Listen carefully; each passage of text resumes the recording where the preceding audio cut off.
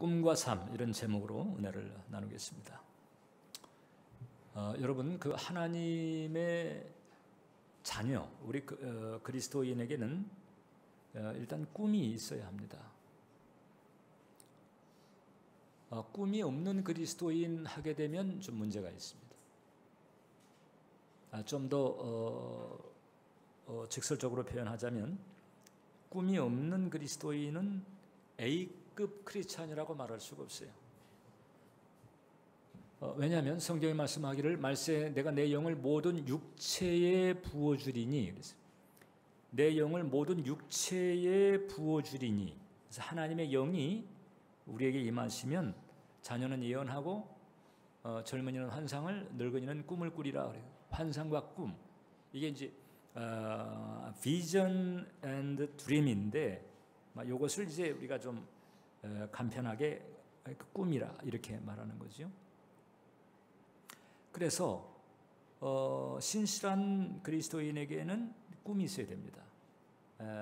내가 앞으로 무엇을 어떻게 이룰 것인가 꿈이 있어야 됩니다. 자, 그래서 이 꿈은 말세가 내가 내 영을 모든 육체에게 부어주리니. 그래서 하나님의 영이 우리에게 부어질 때, 즉 성령께서 우리에게 꿈을 주시는데, 그런데 이 꿈이라고 하는 것은 삶이 받쳐줘야 됩니다. 꿈은 성령께서 주시지만 그 꿈을 이제 삶을 통해서 이루는 거거든요. 근데 그 삶은 성령님과 함께 만들어가야 된다. 꿈은 성령께서 주시지만 삶이라고 하는 것은 성령님과 함께 만들어가야 된다. 그래서 꿈은 성령님과 함께 만드는 삶이 받쳐줘야 돼요. 왜 꿈이 이루어지지 않을까? 꿈은 받았는데 왜 꿈이 이루어지지가 않을까? 그것은 삶이 받쳐주지 못했기 때문이죠. 여러분들에게 이제 질문 한 가지 하겠습니다. 자, 오늘 그 설교 제목이 꿈과 삶인데 그 꿈과 삶 두 가지 중에서 어떤 게 더 중요할 것 같아요, 여러분? 꿈이 중요할까요? 삶이 더 중요할까요? 둘 중에서 어떤 게 더 중요할까? 손들라고는 하지 않겠습니다. 마음속에 뭐 하나는 좀 생각해 보세요. 꿈과 삶 중에서 어떤 게 더 중요할까? 시간이 없으니까 답을 말씀드리자면 제가 가만히 그 하나님의 사람들, 즉 하나님께 쓰임받은 하나님의 사람들을 볼 때에 삶이 더 중요한 것 같더라는 거죠. 왜냐하면 꿈을 받아도 삶이 엉망이면 그 꿈을 이룰 수가 없는 거예요. 그 꿈은 그냥 백일몽으로 끝쳐버리고 말아요. 그래서 삶이 더 중요한 것 같다는 거죠. 그 삶을 통해서 그릇이 준비되지 않으면 꿈은 이루어지지 않는다. 삶도 중요합니다. 아니, 삶이 더 중요할 때가 많습니다. 일단 하나님께서 이제 저와 여러분들에게 꿈을 주셨다면 잠재성을 인정하셨다는 거예요. 감사한 일이죠. 감사한 일. 즉, 그 사람이 그 꿈을 받은 그 사람이 어디까지 갈 수 있는가 그것을 알려주신 거예요. 내 인생에 거기까지 이제 꿈이 성취된 그 자리죠. 꿈이 성취된 그 모습 혹은 그 포지션 그와 같은 상태인 거죠. 내가 거기까지 갈 수 있다는 거예요. 어디까지 갈 수 있는지 알려주신 거예요. 그러니까 꿈이 있다는 것 자체가 감사한 일이죠. 어디까지 갈 수 있는가를 알 수 있게 된 것이고 그 다음에 좀 더 우리가 긍정적으로 볼 때의 꿈이라고 하는 것은 일종의 사다리와 같다. 사다리가 내려온 것과 같아요. 그 꿈의 성취라고 하는 지점에 올라갈 수 있게 만드는 사다리가 내게 내려온 것과 같다. 이 감사한 것입니다. 그러니까 꿈을 분명히 받아야 되는 거죠. 자, 그러나 사다리가 있는 것하고 그 다음에 사다리를 올라가는 것은 별개입니다. 꿈이라고 하는 것은 그 사다리 꼭대기 끝이에요. 그 꼭대기 끝에 있는 그 꿈의 성취라고 하는 데까지 올라가는 과정이 삶인 거예요. 사다리의 끝은 찬란하지요. 꿈이 이루어졌으니까. 사다리의 끝은 찬란하지만 그러나 그 사다리를 올라가는 과정은 이게 이제 낑낑대야 되는 거잖아요. 그래서 사다리를 올라가는 과정은 들어야 할 수가 있어요. 그러나 잘 올라가야지 그 찬란한 그 끝에 갈 수가 있다는 거죠. 그래서 이런 얘기를 할 수가 있는 것입니다. 첫째로 꿈은 사람을 만든다. 꿈이 중요한 것은 꿈이 사람을 만들기 때문이다.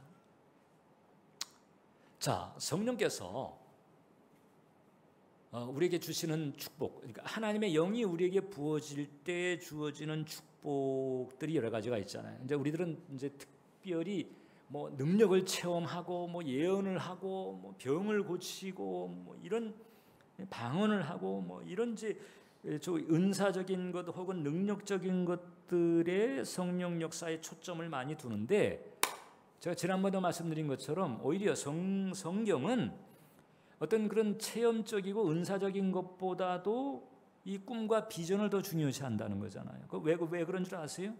그 꿈이 은사보다 중요한 이유가 있는데 그것은 우리에게 방향을 가르쳐 주기 때문이다. 내가 어느 길로 가야 할지, 어떤 방향으로 가야 될지 방향을 가르쳐 주는 거예요. 방향을 잘못 잡았는데 방향을 잘못 잡은 상태에서 체험하는 것이 얼마나 큰 의미가 있어요. 엉뚱한 방향을 잡았는데 거기서 체험을 하고 뭐 심지어 병 고침을 받았다 할지라도, 아니 병을 고쳤다 할지라도 내 인생의 방향이 엉뚱하게 잡혀있는 상태라면 이게 허망한 거잖아요. 그러니까 이게 무슨 은사 체험하는 것보다 이 방향을 바로 잡는 이게 중요한 거지요. 근데 꿈은 방향을 가르치는 데서 끝나지 않아요. 그 방향으로 갈 수 있도록 사람을 만든다는 거지요. 이게 꿈의 축복인 거예요. 그래서 성령께서 임하실 때에 그냥 꿈서부터 주는 거예요. 꿈서부터. 근데 이제 꿈이 그 방향으로 가도록 이렇게 사람을 만드는데, 그 사람을 만드는 것은 이제 훈련을 통해서 이루어진다고 하는, 훈련을 통해서. 특히 이제 그 꿈이라고 하는 것은요, 그 꿈의 사이즈에 따라서 이제 그 사람이 얼마나 많은 훈련을 받아야 되는가, 이것을 측정할 수가 있어요. 꿈이 크면 훈련도 혹독합니다. 마치 높은 빌딩을 짓기 위해서는 깊이 파들어가야 되잖아요. 깊이 파들어가는 그 과정은 번거롭고 힘들지요.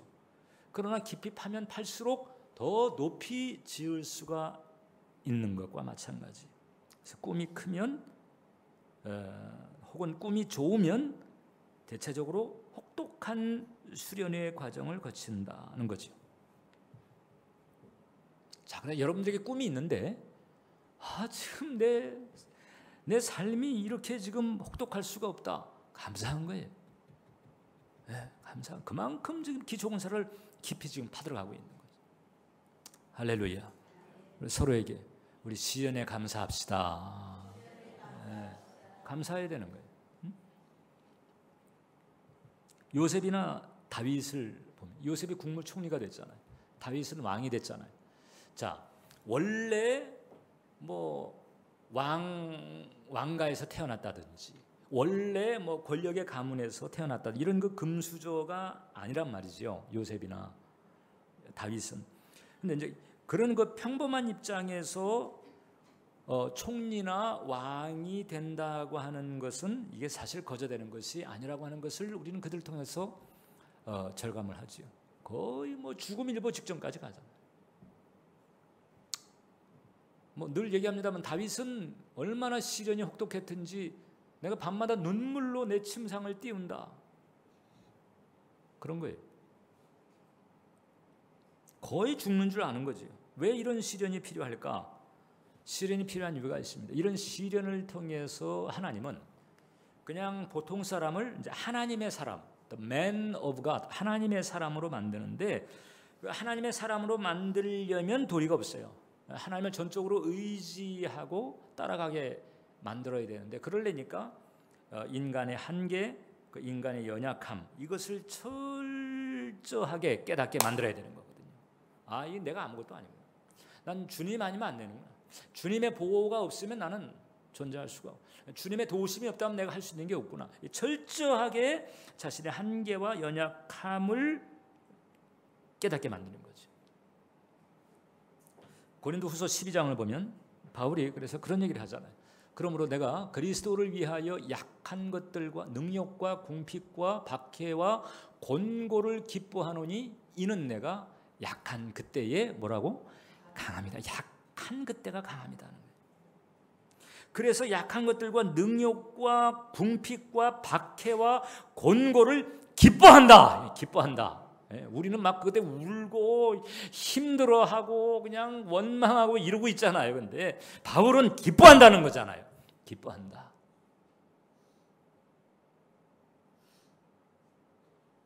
네. 배울 필요가 있단 말이죠. 그래서 그 혹독한 그런 그 수련의 과정을 통해서 이제 두 가지 유익을 얻게 되는 거예요. 하나는 이제 그리스도를 위해서 살고자 하는 마음이 다듬어지게 되고, 그다음에 두 번째는 전적으로 하나님을 의존하게 되죠. 내가 결국 아무것도 아니라는 걸 알게 되는 거예요. 내가 뭐 울어도 안 되고 힘써도 안 되는구나, 그걸 알게 되는 거예요. 그래서 꿈은 이런 과정을 통해서 이제 사람을 만들어 간다는 거죠. 사람을. 두 번째, 그 다음에 이제 하나님께서 우리에게 꿈을 주실 때에 지니신 궁극적인 이유가 있습니다. 자, 우리는 보통 꿈을 이루자 하게 되면 뭔가 내가 어떤 지위에 오르거나 혹은 또 어떤 뭔가를 소유하거나 어떤 업적을 세우거나 내가 해내는 거예요. 그 어려운 것을 해냈지 말입니다. 뭐 이런 식으로 내가 뭔가를 해내고 내가 뭔가를 누리고 이제 이런 데 초점이 있는데, 근데 이제 하나님의 마음은 그게, 하나님은 나에게 꿈을 주시고 또 내가 그 꿈을 이루는 과정에서 뭔가 이루어지는데 결국 그 꿈이라고 하는 것은 공동체를 위해서 주신 것이다. 공동체를 위한 거예요. 그 교회가 됐든 사회가 됐든 뭐 민족이 됐든 세계가 됐든 어떤 공동체를 위한 것이, 좀 더 풀어 말하자면 하나님의 영광을 위한 것이고 사람들을 위한 거예요. 그런데 그게 나를 통해서 이루어진다는 거지 결국은 하나님의 영광과 사람들인 거예요. 나를 통해서 나가 아니고요. 하나님의 영광과 사람들을 위한 거예요. 근본적으로 여러분, 예수님을 따르는 그 예수님의 제자들에 대해서 예수님이 가지고 있는 생각은요, 너희는 공동체를 위해서 존재해야 된다는 거예요. 제자들의 역할을 공동체에 딱 직결시켜 버렸어요. 마태복음 5장을 보면 함께 읽겠습니다. 너희는 세상의 소금이니 소금이 만일 그 맛을 잃으면 무엇으로 짜게 하리요? 후에는 아무 쓸데없어 다만 밖에 버려져 사람에게 밟힐 뿐이니라. 너희는 세상의 빛이라 산 위에 있는 동네가 숨겨지지 못할 것이다. 자, 여기 보면 너희는 세상의 소금이에요. 세상의 빛이에요. 세상. 그렇다고 세상의 종처럼 끌려가라는 얘기는 아니고요. 그런 세상을 위한 세상의 소금이고 세상의 빛인 거예요. 웬만하면 우리는 주님의 것이니까 너희는 하나님의 소금이고 하나님의 빛이다, 이렇게 말씀하실 수 있는데 오히려 딱 부러지게 말씀하잖아요. 세상의 소금이고 세상의 빛이다. 너희는 세상에서 어떤 역할을 해야 된다는 거예요. 세상에서 세상을 위해서 어떤 역할을 행해야 된다는 거죠. 그래서 이 꿈이라고 하는 것은 공동체를 위한 것이다. 요셉의 꿈은 국무총리가 되는 데 있지 않았어요. 국무총리라고 하는 어떤 자리를 얻는 데 있는 것이 아니다. 물론 결과적으로는 그렇게 됐죠. 그리고 요셉이 그 청소년 때 꿨던 그 두 번의 꿈, 형제들이 자기한테 절하고 곡식단들이 자기에 절하고 해와 달과 별들이 자기한테 절하는 이런 꿈은 그 꿈의 내용 자체가 이 부모와 형제조차도 절을 하게 되는 그런 포지션에 있게 된다는 거구나 하는 그런 암시를 가지게 하긴 했지만, 그러나 그것은 어떤 지위를 얻게 하는 데에 목적이 있는 게 아니에요. 그 꿈의 결과, 그 꿈의 근본적인 동기는 뭐였는가 하니 많은 사람들의 생명을 살리는 거예요. 만인들을 살리기 위한 데에 그 꿈의 결과가 있었던 거죠. 창세기 50장을 보니까 당신들은 나를 해하려 했으나, 즉 요셉이 자기를 죽이려고도 했고 팔아먹었던 형들을 위해서 이렇게 말하는 거잖아요. 당신들은 나를 해하려 하였으나 하나님은 그것을 선으로 바꾸사 오늘과 같이 많은 백성의 생명, 만인들, 그 가뭄 때에 그 굶어 죽을 수 있었던 많은 사람들, 만인들을 살리는 거예요. 비즈니스도 하면서 그 다음에 굶어 죽을 수도 있었던 그 많은 사람들을 요셉의 지혜로 그걸 이제 곡물을 이렇게 운용하면서 살리는 거잖아요. 만인의 생명을 구원하게 하렸다. 이거예요, 결국. 그 자리에 앉게 하신 이유가 뭐냐?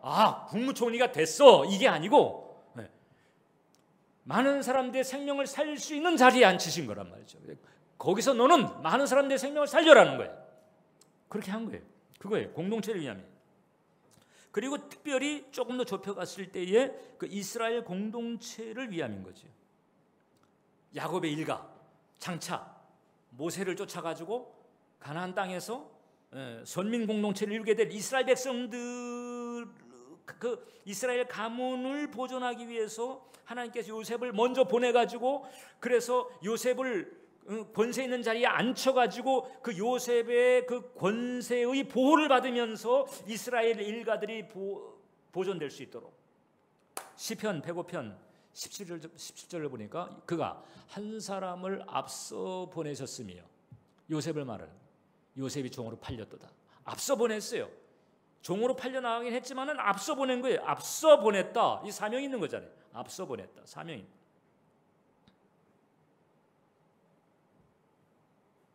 하나님의 파송 방식이 아주 극적이에요. 종으로 보낸 거예요. 억울하게 종살이. 형제들이 인신매매한 게 파송식이야. 그렇지만 앞서 보낸 거예요. 참 하나님의 방법은 알 수가 없어요. 자, 그러니까 내가 어떤 일을 당한다 할지라도 그게 마음에 안 들고 힘들고 고달프고 납득이 안 될 수 있지만, 내가 하나님의 그 은혜의 길을 가는 한에는 그 모든 것들은 다 의미가 있다. 형제들이 인신매매하는 현장이 야곱 일가를 보존하기 위해서 한 사람을 앞서 보내는 파송식이었단 말이죠.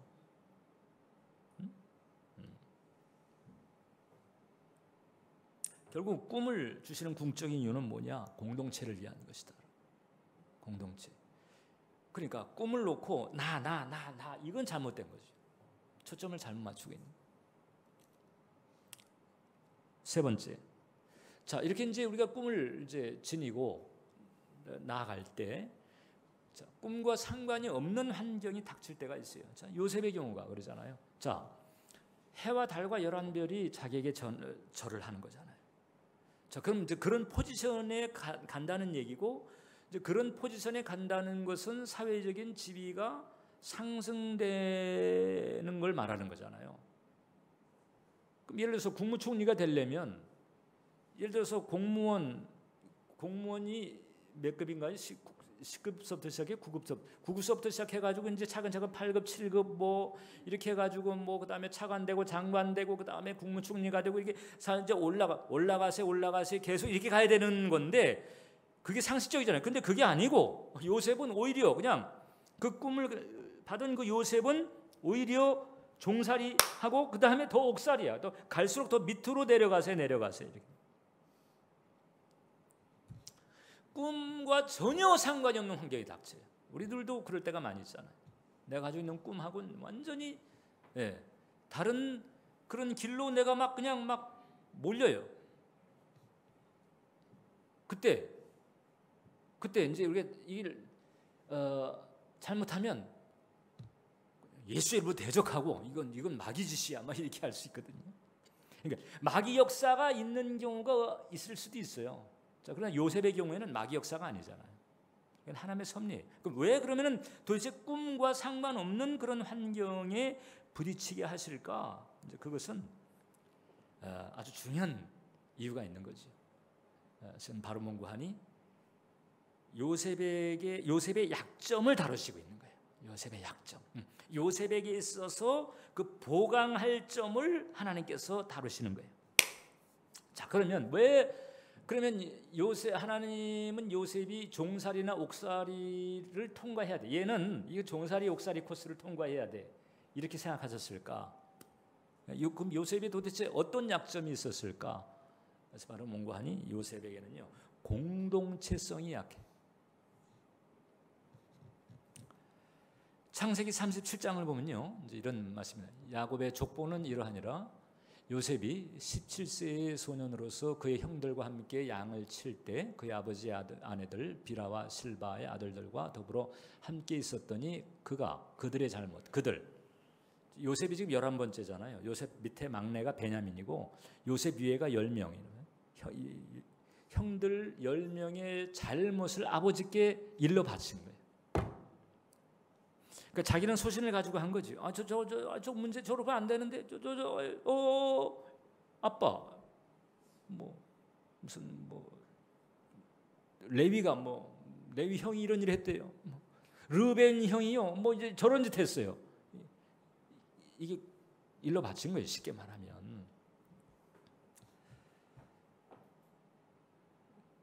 정의감을 가지고 소신적인 행위를 했을 수 있지만은 그러나 형제 공동체에서는 지키는 거죠. 이게 이제 물론 이제 우리가 이런 윤리적인 판단은 잘 해야 되죠. 그냥 두루뭉실 넘어가야 되는 거다 이런 얘기를 하는 건 아니잖아요. 이제 그게 지혜의 문제인데 이제 요셉이 어릴 때였으니까 이제 그럴 수 있는 거죠. 근데 어떻든 그러나 이 성경에서 이제 이 대목을 언급한 이유는 mon고하니 이제 요셉에 있어서 보강할 점이 무엇인가? 공동체성이지. 그래가지고 하나님이 너는 관계라고 하는 것이 얼마나 중요한가를 너는 좀 겪어야 된다. 이래가지고 관계 훈련을 시켜요. 보디발의 집에 보내가지고 종살이, 남을 섬기는 일을 섬기는. 아버지 야곱 밑에 있을 때는 채색 옷을 입고 막 룰루랄라 했잖아요. 근데 이제 보디발의 집에 가가지고 종살이 하는 거죠. 남 섬기는 훈련하는 거예요. 얼마나 고달프겠어요. 죽도록 일해도 그 다음에 무익한 종이고 남 섬기는 훈련이에요. 그 다음에 또 감옥에 들어갔어요. 감옥에 들어가가지고 자기가 가지고 있는 그 영민한 그 해몽 능력을 가지고 이렇게 도와줬는데 아무 소식이 없어. 기다림 훈련하는 거예요. 섬김의 훈련과 기다림의 훈련과 이게 다 관계에서 벌어지고 있는 거죠. 자, 여러분 가만히 생각해 보세요. 결국 내가 뭘 이루고 나가려도 그건 관계를 바탕으로 이루어 나갈 수밖에 없어요. 직장 동료가 됐든 무슨 거래처 사람이 됐든 가족이 됐든 누가 됐든 관계 없이 뭘 할 수 있는 게 있냐고 이 세상에서. 결국은 관계를 통해서 이루어 나가는 게 이 세상이. 관계가 길을 막을 때도 있지만은 결국은 관계가 길을 트는 거예요. 다 막아도 또 어떤 관계가 터져서 그 터진 그 관계를 통해 가지고 결국 뚫고 나아가거나 혹은 또 올라가거나 그렇게 되는 거죠. 그래서 우리는 이렇게 말할 수가 있어요. 하나님은 관계를 통해서 역사하신다. 하나님은 관계를 통해서 역사하신다. 그러니까 이 요셉이 말이죠. 이런 과정을 거치면서 이런 수련의 과정을 거치면서 결국 이런 깨달음을 갖게 되는 거죠. 야, 이 관계라고 하는 게 이게 죽이기도 하고 내가 그렇게 당찬 꿈을 가지고 있었지만 이 관계라고 하는 것은 이게 죽이기도 하고 또 이게 이제 총리가 되었을 때는 야, 이게 기다리다가 포기했었는데 이거 포기했던 그 관계가 또 나를 이렇게 또 살리네. 관계가 죽이기도 하고 관계가 살리기도 하는구나. 이것을 깨닫게 됩니다. 관계거죠, 관계. 그리고 나중에 이제 요셉은 또 그 관계를 통해서 이제 사람을 살리는 데 힘쓰잖아요. 그래서 여러분들을 둘러싸고 있는 그 관계, 그런 관계들이 여러분들을 살리게 하고 여러분들을 세우게 하려면 그럼 내가 어떻게 해야 될까? 어떻게 해야 될까? 하나님의 원리대로 하라는 거예요. 요셉이 그런 거예요. 요셉이 종살이 가고 옥살이 갔을 때 그때 에라이 빌어먹을 인생, 이미 버린 인생 하면서 그냥 막 그렇게 막 엉망으로 하고 막 치고받고 싸우고 체념하고 이렇게 했나요? 아니잖아요. 요셉에 보세요. 요셉 삶을 보게 되면 종살이 할 때도 그렇고 옥살이 할 때도 그렇고 하나님께서 함께 하셨다는 거거든요. 그러니까 하나님께서 함께 할 만한 상황을 만든 거예요. 하나님께서 함께 할 만한 그런 삶을 산 거죠. 하나님께서 함께 하신다는 게 얼마나 축복인 거예요. 근데 요셉은 그 하나님께서 이렇게 계속 머무시도록, 하나님께서 머무시도록, 여호수아가 모세의 후계자로 뽑혔을 때 그 조건이 뭔고 하니 하나님의 영이 머물렀다. 그 사람한테는 하나님의 영이 머문 거예요. 하나님께서 함께 하신. 어떻게 이렇게 하나님이 영에 머물렀을까? 하나님께서 어떻게 이렇게 함께 할 수가 있었을까? 하나님의 원리대로 하는 거예요. 하나님의 기준, 하나님의 원리대로. 그럼 하나님의 원리 가운데서 가장 핵심이 무엇일까? 한 율법사가 예수님에게 다가와가지고 가장 큰 계명이 뭡니까? 물어본 적이 있었잖아요. 가장 결정적이고 가장 핵심적인 계명이 뭡니까? 이것을 물은 것과 똑같아요. 그때 예수께서 뭐라고 그랬어요? 마음과 목숨과 힘과 뜻을 다해가지고 주 너의 하나님을 사랑하고 그다음에 내 이웃을 내 몸처럼 사랑하라. 이게 가장 큰 강령이다. 그러니까 가장 핵심적인 계명은 하나님을 사랑하고 이웃을 사랑하는 거예요. 그러니까 하나님 원리의 핵심 같은 거죠. 하나님을 사랑하고 사람을 사랑하는 거예요.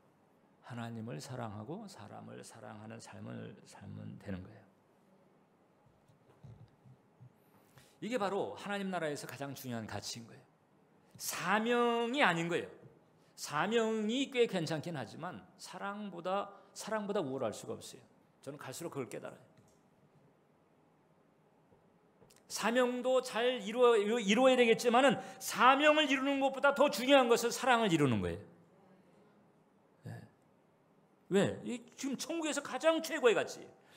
자, 그러니까 사랑을 하지 않으면 그러면 그 최고의 가치, 하나님의 최고의 원리, 천국의 최고의 가치에 반발하는 거지.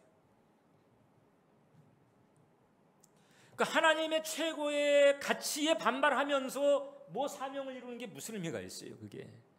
그게 또 얼마나 오래 가겠어요? 절대 오래 못 가요. 그건 육에서 오는 것이기 때문에 하나님 나라의 최고 가치에 맞추지 않는데 거기에 맞추지 않는 일들이 얼마나 오래 가겠냐고. 그것은 영성에서 오는 게 아니고 육성에서 오는 거기 때문에 오래 갈 수가 없어요. 그건 뭐 조금 열매가 있어도 결국 자기 공로가 되고 말죠.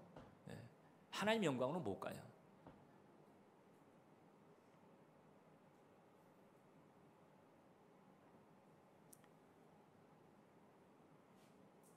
내가 피해자일 수 있고 내가 억울할 수 있어요. 그래도 다른 사람을 비방하는 것 하지 말아야 된다. 이것은 사랑의 원리가 아니기 때문이죠. 내가 상처를 받았어요. 그 상처 때문에 힘들어요.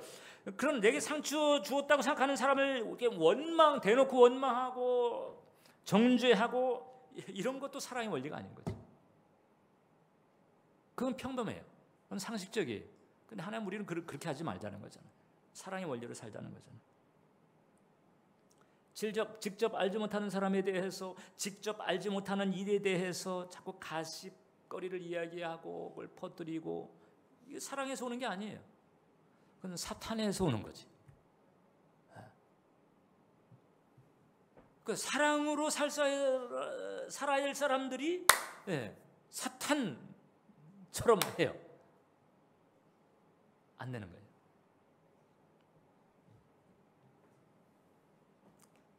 내가 아프고 힘들어도 하나님은 그러지 말라는 거잖아요. 아니, 하나님 내가 아프고 힘든데요, 제가?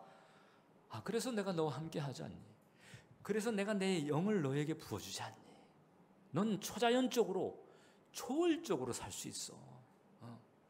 나의 임재 가운데에서 내가 부어주는 영의 역사로 너는 이 슈퍼내추럴 라이프 스타일인 거예요. 넌 그렇게 살 수 있다는 거지. 근데 우리가 그 길을 안 가는 거예요. 왜? 미우니까, 원통하니까. 이건 뭐 자꾸 그냥 뭔가 찍어대고 그냥 막 이렇게 해야 이렇게 하고 싶은 거예요. 그래가지고 소위 그 신령하게 초자연적으로 살 수 있는 그 길을 자꾸 외면하는 거죠. 그래가지고 결국 사랑의 원리를 살지 못하고, 그러니까 이제 하나님께서 실망하고, 그래가지고 결국은 이제 그런저런 수준을 넘지 못하는 그런 삶을 사는 사람들이 교회에 참 많다. 하나님을 사랑하고 사람을 사랑하는 자의 라이프 스타일은 뭘까? 오늘 우리가 읽은 본문이지. 마가복음 10장 45절 보면 인자가 온 것은, 예수님이 온 것은 섬김을 받으려 함이 아니고 도리어 섬기려 하고 자기 목숨을 많은 사람의 대속물로 주려 합니다. 그러니까 예수님께서 섬기려고 오셨고 자기를 내놓으려고 오셨단 말이죠. 그렇게 사신 분을 따라간다고 하는 우리가 자꾸 그렇게 하지 않으면, 쟤는 도대체 교회는 나오는데 누굴 지금 따라가는 거야? 이렇게 돼버리잖아요.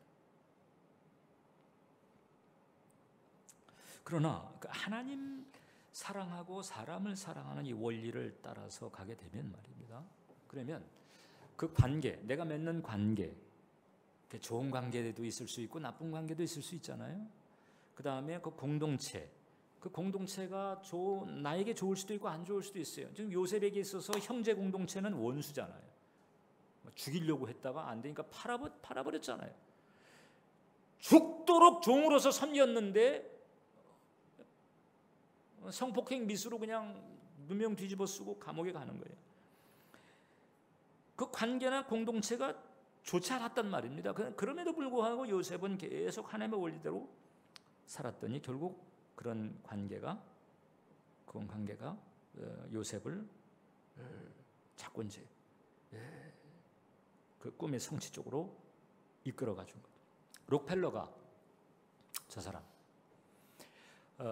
33세에 미국의 백만장자가 됐고 43세에 미국의 최대 부자가 됐고 53세에 세계의 최대 부자가 됐어요. 록펠러의 그 재산을 비교해 봤을 때 지금 현재 미국의 최고 부자인 빌 게이츠가 가지고 있는 재산의 6배랍니다. 그러니까 세계 역사상 최고라고 이렇게 보는 거죠.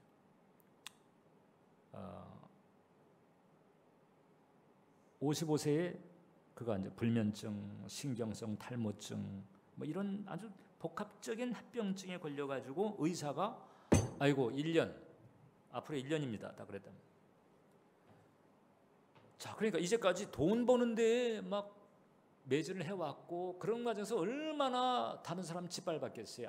아주 야비하고 비열한 짓 많이 했어요, 이 사람. 그래가지고 막 그러니까 소위 이제 사회운동하는 사람을 매판자본이라고 하거든요. 완전히 인권 착취하고 그냥 막 수단 방법 가리지 않고 상대를 그냥 막 매장시키면서까지 이제 자기 사업을 성공시키고. 근데 55세 때 그만 1년 이상 살지 못한다.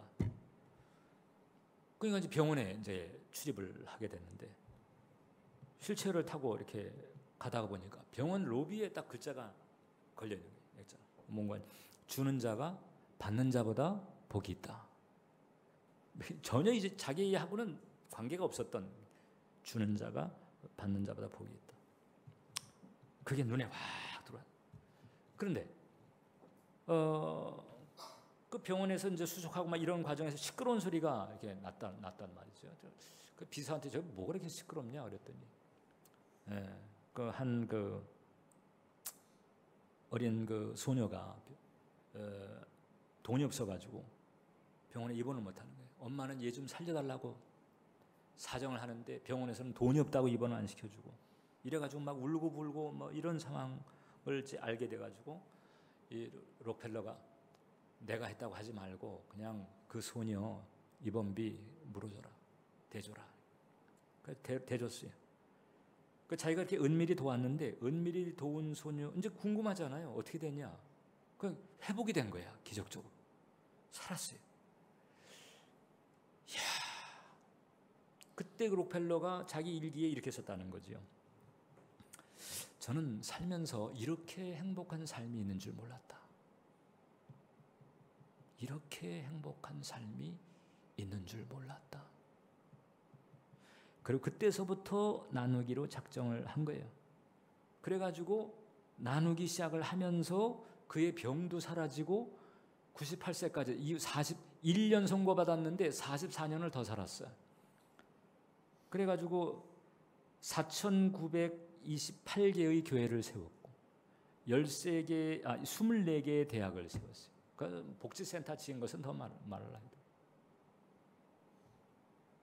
그러니까 이 하나님 원리대로 이렇게 살게 되니까 자기가 사는 거잖아요. 그러니까 자기가 살면서 또 남을 살리고.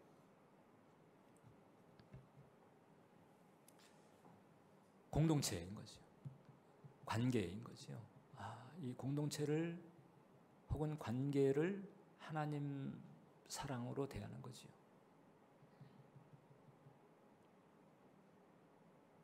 하나님은 저와 여러분들에게 이제 바로 그런 것을 보시고 있어요. 하나님은 사랑이시고 우리 인간은 하나님의 사랑의 대상으로 이렇게 지어졌기 때문에 우리는요 사랑을 빼놓고는 말할 수가 없어요. 네. 사랑을 빼놓으니까 아프고 힘들고 이게 고통스러운 거예요.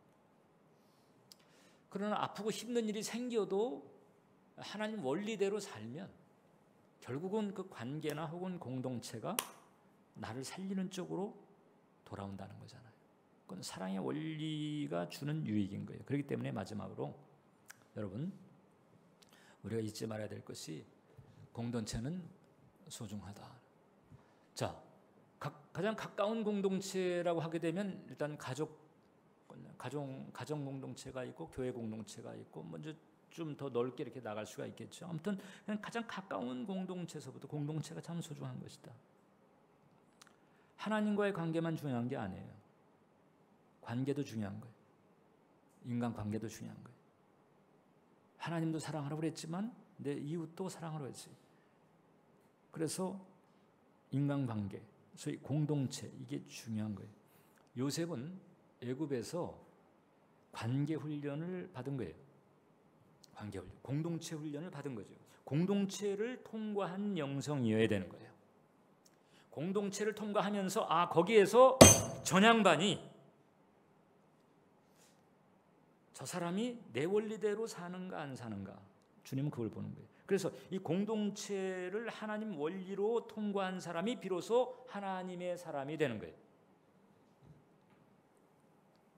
하나님은 건강한 영성을 갖추기 위해서 공동체를 통과하십니다. 공동체를 통과하지 못한 영성은 건강한 영성이라고 할 수가 없어요. 난 하나님 사랑만 받으면 돼. 그래서 사람과의 관계가 엉망인 분들이 있잖아요. 꼭 또 엉망이라고 하지 않을지라도 사람들과 사이에 선을 둬요. 갭을 둬요. 왜? 어울리는 게 싫으니까. 수준이 안 맞는 것 같고 아닌 게 많은 것 같고 나는 그냥 나 혼자서 그냥 하나님하고만. 이건 건강한 영성이 아니다라는 거지. 하나님도 사랑하고 이웃도 사랑해야 되는 거예요. 우리 모두는요 어느 정도 일정한 신앙의 수준에 오르게 되면 하나님 다 사랑해요. 하나님 사랑한다고 그래서 나만 굳이 하나님께서 기억하실 게 없어요. 어느 정도 일정한 신앙의 수준에 가게 되면 다 하나님은 의식하고 하나님은 사랑하려고 애를 쓰고 하나님 눈치 보고 다 그래요. 일단 하나님하고는 일단 좋아야 된다는 걸 아니까. 그거 가지고 신앙 좋다고 생각하면은 곤란하다는 거잖아요. 좋은 신앙이라고 하는 것은 하나님과의 관계만이 아니고 공동체에서도 건강해야 된다는 거죠. 요셉은 종살이, 옥살이 안 좋은 상황에서도 하나님을 사랑하고 사람을 사랑하려고 애를 썼어요. 하나님을 실망시키려고 하지 않았고, 그리고 사람들을 섬겼어요. 상처받고 힘들어도 하나님의 원리대로 살아야 합니다. 하나님은 그걸 원하세요. 특히 상처받고 힘들 때, 그때 어떤 원리로 살려고 하는가를 하나님이 보시는 거죠. 근데 대부분 이제 그 과정에서 약할 때가 많아요.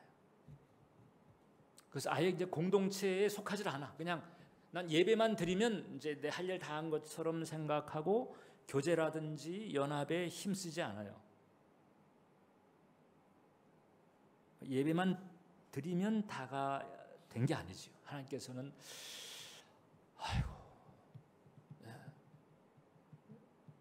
영성의 어떤 부분은 이제 이게 이제 안타까운 것이고,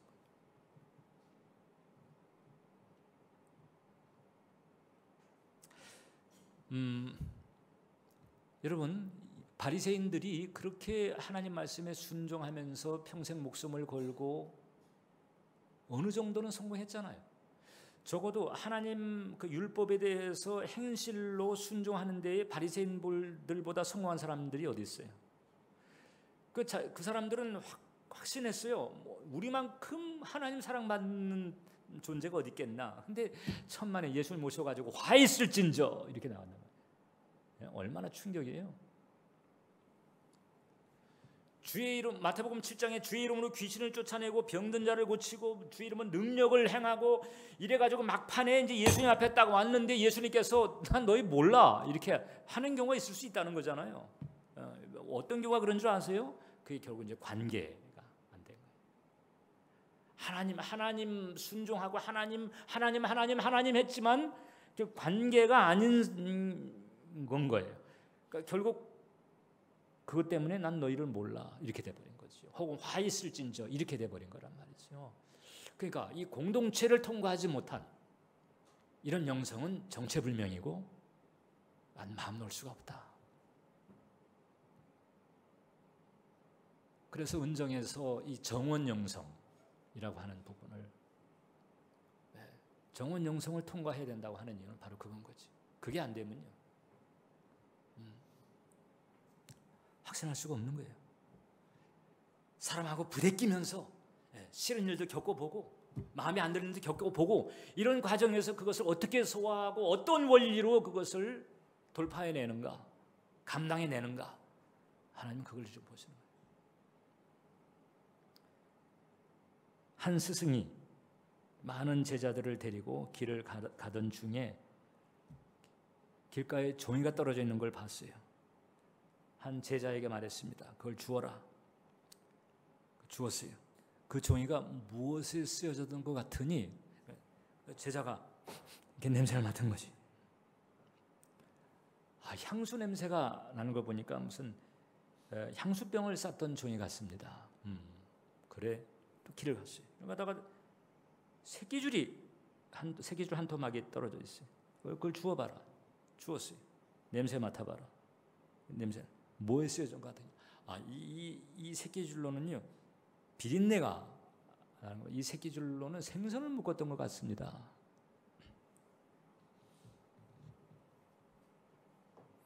자, 어떤 냄새가 나는가에 따라서 무엇을 품고 있는가, 무엇을 품었던가, 무엇을 묶었던가가 이제 밝혀지는 거예요.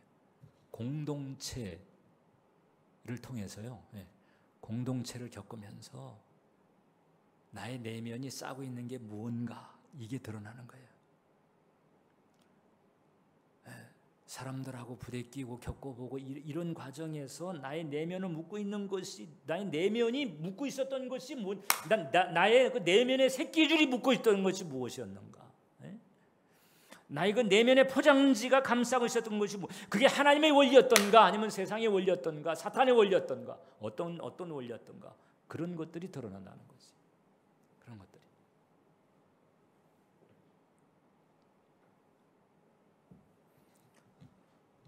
공동체는 중요합니다. 하나님도 사랑해야 되지만 이웃도 사랑해야 되는 거예요. 우리는 사랑받기 위해서 선택을 받았고 또 사랑하도록 부름받았어요. 하나님, 저 하나님 사랑해요. 하나님 사랑. 공동체에 대한 사랑이 나타나지 않으면은 모른다니까요. 나 너 몰라. 다시 얘기할게요. 주의 이름으로 귀신을 쫓아내고 능력을 행하고 이랬는데도 주님이 나 너희 모른다 이럴 수 있는 거는 그래서 이제 사랑의 원리 문제인 거예요. 관계의 문제. 결국 그런 걸 통과해야 되는 거죠.